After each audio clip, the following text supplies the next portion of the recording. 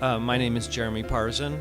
I live in Austin, Texas. I'm a wine blogger and wine writer. Let me just start by saying, hi, Mom. I'm in Italy, and I want to say hi to my beautiful wife, Tracy P. I'm very excited to be here to taste Barbera. I love Barbera. I think it's really fantastic. I believe this is the first time that an Italian organization has brought a group of bloggers to attend a conference like this, and I think it's fantastic. Right now in the other room, we're all connected to the internet. We're blogging. We've already started posting on the Barbera2010.com blog, and I think that this is very exciting.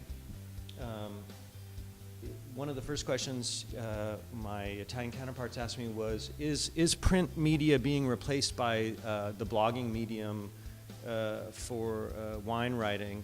I think that, for better or for worse, that's definitely the case.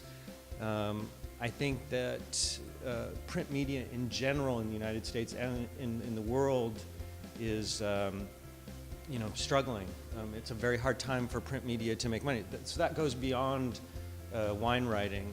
At the same time, blogging by its very nature lends itself to wine writing as an excellent medium for expressing. It's an immediate, it's a direct medium for people to share their impressions of wine. And of course, at the end of the day, people love reading wine blogs because they're entertaining, they're living vicariously through the wine bloggers, and it gives them, there's so many more tasting notes out there and notes about wine, how to use the wines in food pairings, how to enjoy the wines than ever before.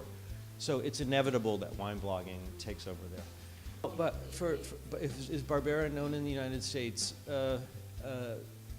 Right now I think 3 of my colleagues are not Italian wine specialists per se.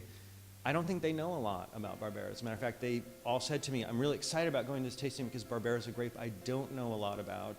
I want to learn more about Barbera. I think for people who follow Italian wine, Barbera is the food pairing wine par excellence. I mean, a very famous wine blogger, Alice Firing, once told me, she writes a blog called Veritas in Vino. Alice Firing, she's a very important wine writer, told me that Barbera is her favorite pizza wine.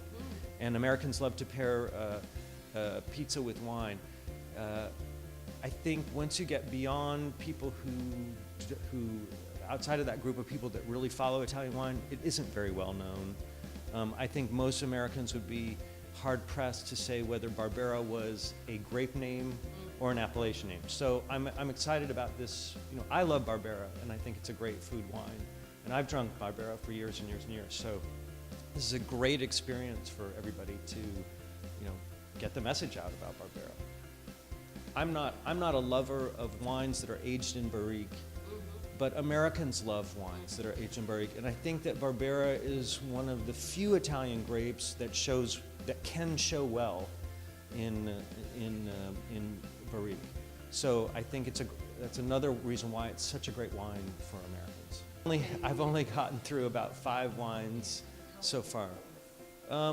Even in the very first flight of wines, there's a wide variety. I tasted a lot of wood in one of the wines. I tasted, some of the wines were clearly vinified in stainless steel, which is the wines that I prefer.